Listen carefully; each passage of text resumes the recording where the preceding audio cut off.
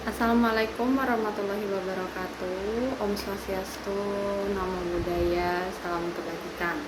Saya Kolbukumala Jati, NIM 05796573, Prodi Fakultas Ilmu Hukum, Ilmu Sosial, dan Ilmu Politik. Pada video kali ini, saya akan membahas proses lahirnya Pancasila, khususnya pada masa BPUPKI dan lahirnya Piagam Jakarta.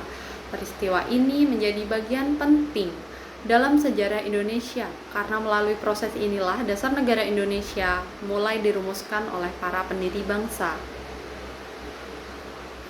BPUPKI atau Badan Penyelidik Usaha-Usaha Persiapan Kemerdekaan Indonesia dibentuk oleh Jepang pada tanggal 29 April 1945.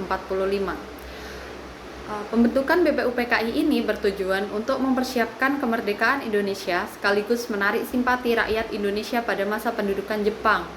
BPUPKI ini beranggotakan tokoh-tokoh penting Indonesia dari berbagai daerah dan golongan. Sidang pertama BPUPKI dilaksanakan pada 29 Mei 1945 sampai dengan 1 Juni 1945 yang membahas dasar negara Republik Indonesia untuk persiapan merdeka. Ada 3 tokoh yang memukakan dasar negara Indonesia, yaitu Muhammad Yamin, Mr. Supomo, dan Insinyur Soekarno. Muhammad Yamin mengusulkan 5 dasar negara yang berisi: pertama, peri kebangsaan; kedua, peri kemanusiaan; ketiga, peri ketuhanan; keempat, peri kerakyatan; kelima, kesejahteraan. Mr. Supomo mengajukan 5 dasar negara Indonesia, yaitu pertama, persatuan; kedua, kekeluargaan; ketiga, keseimbangan lahir dan batin; keempat, musyawarah; kelima, keadilan rakyat. Dan ketiga, pada tanggal 1 Juni 1945, Insinyur Soekarno menyampaikan pidato yang memperkenalkan istilah Pancasila, yaitu Panca yang berarti 5 dan Sila yang berarti dasar, atau disebut juga 5 dasar negara Indonesia.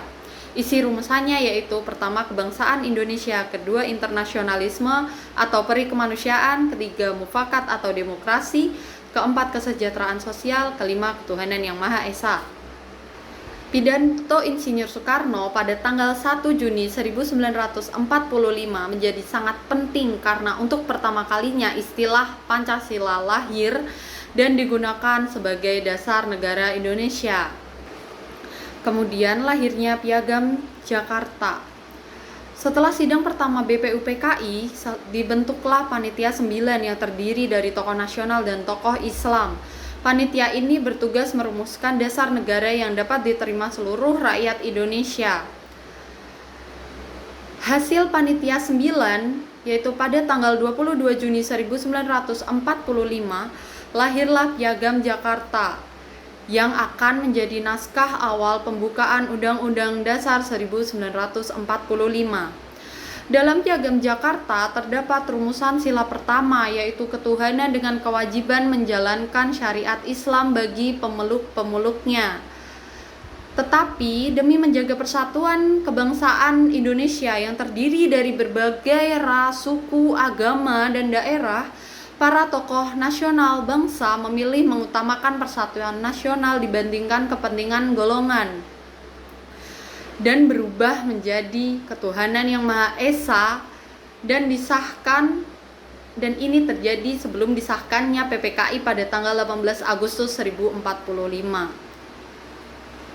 Dapat dilihat bahwa nilai Pancasila yang tercermin dalam sidang ini yaitu terdapatnya musyawarah. Semua keputusan dilakukan melalui diskusi dan kesepakatan persatuan. Para tokoh rela mengalah demi menjaga keutuhan bangsa. Adanya sifat menghargai perbedaan agama dan pandangan politik. Peristiwa lahirnya Piagam Jakarta menunjukkan bahwa para pendiri bangsa memiliki jiwa besar dan lebih mengutamakan persatuan Indonesia. Menurut saya, proses lahirnya Pancasila mengajarkan bahwa perbedaan bukanlah penghalang untuk menggapai persatuan Indonesia. Nilai musyawarah, toleransi, dan persatuan masih sangat relevan bagi generasi muda saat ini, terutama dalam menghadapi perbedaan pendapat di masyarakat maupun media sosial. Apalagi dalam era globalisasi ini, banyak banyaknya pengaruh-pengaruh budaya asing dan ideologi asing yang masuk ke Indonesia untuk merusak ideologi bangsa. Tetapi karena nilai-nilai Pancasila ini dapat dijadikan tameng bagi generasi muda untuk tidak terpengaruh ideologi itu dan tetap menjaga persatuan Indonesia.